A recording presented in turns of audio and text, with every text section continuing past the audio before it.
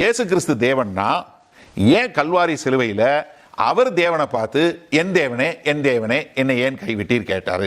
அவர் தான் தேவன் சொல்றீங்க, சரி ஏத்துக்கிறோம். அப்படி தேவனா இருந்தா அவரே எதுக்கு தேவனை கூப்பிடணும்? ஏலி ஏலி லாமா சபக்தானி நம்ம எல்லாருக்கும் தெரிஞ்ச அராமிக்கு மொழி. ஏன்னா மத்தேயு அது அப்படியே எழுதியிருக்கிறாரு. அது ஆங்கில வேதாகமா இருந்தாலும் சரி, தமிழ் வேதாகமா இருந்தாலும் சரி, எல்லா வேதாகமத்திலும் அது அப்படியே தான் போட்டிருக்காங்க. ஏன்னா பரிசுத்த ஆவியானவர் அப்படியே வச்சிருக்கிறார். இயேசு மறுபடியும் மகா சத்தமாய் கூப்பிட்டு ஆவியை விட்டார். நூற்றுக்கு அதிபதியும் அவனோட கூட இயேசுவை காவல் காத்திருந்தவர்களும் பூமி அதிர்ச்சியும் சம்பவித்த காரியங்களை கண்டு மிகவும் பயந்து மெய்யாகவே இவர் தேவனுடைய குமாரன் என்றார்கள். அவர் தேவனாய் இருந்தா அவர் ஏன் அவரை காப்பாத்தல? இப்போ அவர் தேவனா கூப்பிட்டார்னா அப்ப அவர் தேவன் இல்லையா? இப்போ எப்படி தேவன் கிறிஸ்துவை நிராகரிக்க முடியும், இல்ல தள்ளி வைக்க முடியும்? ரெண்டு பேரும் ஒரு ஆள்னா எப்படி ரெண்டு பேர் பிரிக்க முடியும்? இங்க ஆண்டவராகிய இயேசு கிறிஸ்து கல்வாரி சிலுவையில மரிக்கிறாரு. மாம்ச பிரகாரமாக அநேகமான வலிகள் வேதனைகள், சரீரம் முழுவதும் அடிக்கப்பட்டுட்டாரு. கைகள்லையும் காலிகள்லையும் ஆணிகள் செலுத்தப்பட்டு விட்டது. ஆல்மோஸ்ட் நிர்வாணமா இருக்கிறாரு. அவரை எச்சக்காரி துப்புறாங்க, ரொம்ப கேவலமா பேசுறாங்க, தலையில முள்முடிய இது பண்றாங்க. 6 மணி நேரம் அந்த இதுல தொங்கும் போது மூச்சு விட முடியாம சஃபகேஷன் வரக்கூடிய அளவுக்கு அவ்வளவு மோசமான, அதாவது நம்மளால எண்ணி பார்க்க முடியாத ஒரு பயங்கரமான பிசிக்கல் பெயின், உடல் பிரகாரமாக வரக்கூடிய ஒரு வேதனை ரொம்ப ஜாஸ்தி. அது மாத்திரமல்ல, இங்க ஆவிக்குரிய முறையில் என்ன நடக்குதுன்னா, உலகத்தினுடைய மொத்த பாவங்களினுடைய தண்டனை, ஆண்டவருடைய கோபாக்கினை முழுவதும் அவர் மேல ஊற்றப்படுகிறது. பாவம் தண்டிக்கப்பட வேண்டும். ஆனா இங்க என்ன பண்றாரு? உலகத்தில் உள்ள எல்லாருடைய பாவங்களுடைய தண்டனையை அவர் மேல போடப்படுகிறது. அவர் அதை ஏற்றுக்கொள்றார். அப்படி பண்ணும்போது தான் ஆண்டவர் என்ன கேட்கிறாரு? என் தேவனே ஏன் என்னைய கைவிட்டீங்க? இது என்னன்னா சங்கீதம் 22வது சங்கீதத்தினுடைய 1வது வரி. இப்போ நான் உங்ககிட்ட கர்த்தர் என் மேய்ப்பராய் இருக்கிறார்னு சொன்னா நீங்க என்ன பண்ணுவீங்க? அடுத்து நான் தாழ்ச்சி அடையேன், அவர் என்னை, இதெல்லாம் சொல்லிடுவீங்க இல்லையா? இதே மாதிரிதான் யூதர்களை பொறுத்தளவுக்கு 22வது சங்கீதம்னா அவர் ரட்சகருக்கான சங்கீதம் எல்லாருக்கும் தெரியும். முதல் அடி சொன்னாலே போதும், அவங்களுக்கு மீதி எல்லாம் ஓட ஆரம்பிக்கும் மனசுக்குள்ள. இப்ப ஆண்டவர் என்ன சொல்றாரு? தாவீது ஏறக்குறைய 1000 வருடங்களுக்கு முன்பாக தீர்க்க தரிசனமாக எழுதப்பட்ட காரியத்தினுடைய முதல் அடிய ஆண்டவர் சொல்றார். அதாவது இயேசு கிறிஸ்து தேவனாய் இருந்தது நின்று போயிடுச்சா? இல்ல. தெய்வீக தன்மை உடையவராய் இருந்த அந்த தன்மை நின்று போச்சா? இல்ல. ஆனா தேவனுக்கும் இயேசு கிறிஸ்துவுக்கும் இருந்த ஐக்கியம் முறிஞ்சது. இயேசு கிறிஸ்துக்கும் பிதாவாகிய தேவனுக்கும் இடையில இருந்த தொடர்பு, கம்யூனிகேஷன் முறிந்தது. அவர் மாம்ச பிரகாரமா மரிச்சாரு. ஆவிக்குரிய முறையில மரிச்சாரு. ஆண்டவருடைய மரணத்துக்கு அப்புறம் நீங்க புதிய ஏற்பாடு முழுவதும் எடுத்து பாருங்க, எல்லா இடத்துலையும் இருக்கும் தேவன் அவரை உயிரோட எழுப்பி கொண்டு வந்தார் இருக்கும். ஆண்டவர் யோவான் 10வது அதிகாரத்தில் சொல்லும்போது சொல்லுவாரு, நான் என் ஜீவனை கொடுக்கவும் அதை எடுக்கவும் எனக்கு அதிகாரம் இருக்குன்னு சொல்லுவாரு. ஆனா ஒரு முறை கூட வேத வசனத்தில் எங்கேயுமே இருக்காது அவர் தன்னை உயிரோட கொண்டு வந்தார்னு. தேவன் அவரை உயிரோட எழுப்பி கொண்டு வந்தார்னு சொல்லி.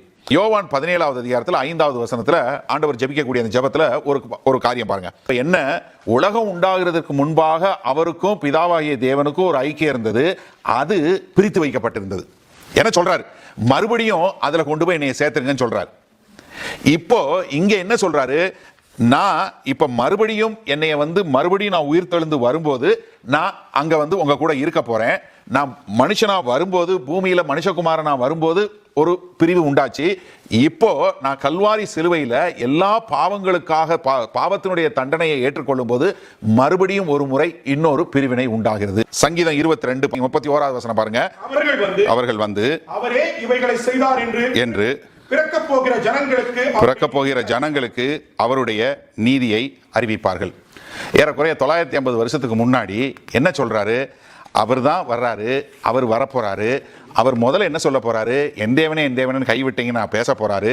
அதற்கு பின்பாக அவருடைய வாழ்க்கையில நடக்கக்கூடிய எல்லா சம்பவங்களையும் சொல்லிட்டு கடைசியில யாரை சொன்னாங்களோ அவர் ரட்சிப்பாரு, அவர் தான் திரும்ப வரப்போறாருன்னு சொல்லக்கூடிய ஒரு காரியத்தை, நான் மறுபடியும் வரப்போகிறேன், நான் என் மூலமா தான் உங்களுக்கு ரட்சிப்புங்கிறத இந்த சங்கீதத்தினுடைய முதல் வரி சொன்ன உடனே அங்க இருக்கிற மக்களுக்கு எல்லாருமே எல்லாம் ஓட ஆரம்பிக்கும். ஆஹா, சீட்டு போட்டு இதை எடுப்பாங்கன்னாங்க, கையில குத்துவாங்கன்னு இருந்துச்சு, நாய்கள் சுத்தி வரும், அவரை இது பண்ணும். ஆனா கடைசியில அவர் தான் அவங்களுடைய ஜனங்களை ரட்சிப்பாரு அப்படின்னு சொல்லக்கூடியதா.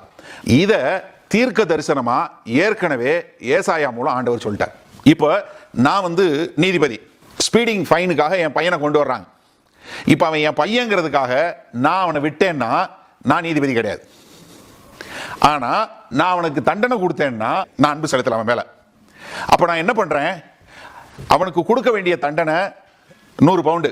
ஓகே, 100 பவுண்டுன்னு ஃபைன் எழுதுறேன். ஆனா அவனால 100 பவுண்டு வாழ்க்கை முழுவதும் செஞ்சாலும் கட்டவே முடியாது, அவ்வளவு பெரிய ஃபைனு. ஆனா நான் என்ன பண்றேன், நீதி வழங்கிட்டு கீழே இறங்கி போய் நானே அந்த ஃபைனுக்கு செக் எழுதி கொடுத்து நானே சரி பண்ணிடுறேன், அவனை விடுதலை பண்ணிடுறேன். ஏன்னா அந்த காசு கட்டலைன்னா அவன் வாழ்க்கை பூரா சிறையில் இருக்கணும். இப்போ அவனை சிறையில் போய் அனுப்பிச்சேன்னா நான் உண்மையான அவன் மேல அன்பு வைக்கல. அதே சமயத்தில் அவனை நான் விடுதலை பண்ணணும். நான் வந்து சரி போட்டு என் பிள்ளை தானே விட்டேன்னா நான் சரியான நீதிபதி கிடையாது. அப்போ நான் அவனுக்கு வந்து தண்டனையை கொடுக்குறேன். அந்த தண்டனையை அவன் செய்ய முடியாதனால நான் போய் கீழே இறங்கி அதற்கான பணத்தை நான் கேட்டுறேன். இப்போ என்ன, நம்ம எல்லாரும் பாவிகள், நம்மளுடைய பாவத்துக்கு தண்டனை கொடுக்கணும். அந்த தண்டனையை அவர் வேறொரு ஆள் மேல போட முடியாது. ஒரு தேவதூதன் மேலேயோ இல்லை உங்க மேலேயோ நான் வேற ஆள் மேல போட முடியாது, போட்டால் அவர் நீதிபதி கிடையாது. ஆனா அந்த தண்டனையை உங்களை அனுபவிக்க வச்சா அவருடைய அன்பு, கிருபை, இரக்கம் இல்லாம போன மாதிரி ஆயிரும். அப்போ என்ன பண்றாரு அவர், நானே என் நிமித்தமே I have blotted out your transgressions. 1 யோவான் 4:10 சொல்லும்போது, நாம் தேவனிடத்தில் அன்பு கூர்ந்ததினால் அல்ல, அதனால அல்ல, அவர் நம்மிடத்தில் அன்பு கூர்ந்து முன்னாடியே வந்து நமக்கு வந்து ஒரு முன்மாதிரியா அவர் தம்மை தாமே பலியாக கொடுத்தார். இரண்டாவது இதுல என்னன்னா, கர்த்தர் பரிசுத்தர். அந்த பரிசுத்த தேவன்ட்ட நம்ம என்ன போக முடியாது, ஒரு பாவமான மக்கள் போகவே முடியாது. அந்த பரிசுத்தமான தேவன் பாவத்தை தண்டிச்சே ஆகணும், அதை அவர் வந்து மாற்றவே முடியாது. அதனால என்ன பண்ணாரு, அவரே தன்னுடைய ஜீவனை பலியா கொடுத்து, அது நம்ம சார்பாக அவரே கொடுத்து தேவனுக்கு உரிய பாவத்திற்கான தண்டனையை அவர் சரி பண்ணக்கூடிய, he satisfied the wrath of God. தேவ கோபாக்கினையை அவர் ஏற்றுக்கொண்டார். மூன்றாவது, இந்த பாவம் நம்மளை வந்து ஒரு உதவி இல்லாதவங்களா பரிதவிக்கிறவங்களா மாறுது. நம்மளால ரட்சிக்க முடியாது, நம்ம கிட்ட எந்த ஒரு எபிலிட்டியும் இல்லை. நம்ம எல்லாருமே ஆதாமுடைய பாவத்தினால நாம் வரக்கூடிய மக்களாக இருந்தோம்.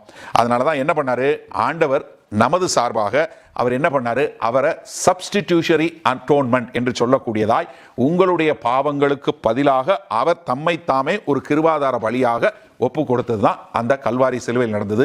இதை தான் 2 கொரிந்தியர் 5வது அதிகாரம் 21வது வசனம் ரொம்ப தெளிவா நமக்கு விளக்கி காட்டுகிறது. என்ன, நாம் அவருக்குள் தேவனுடைய நீதியாகும்படிக்கு பாவம் அறியாத அவரை நமக்காக பாவம் ஆக்கினார்.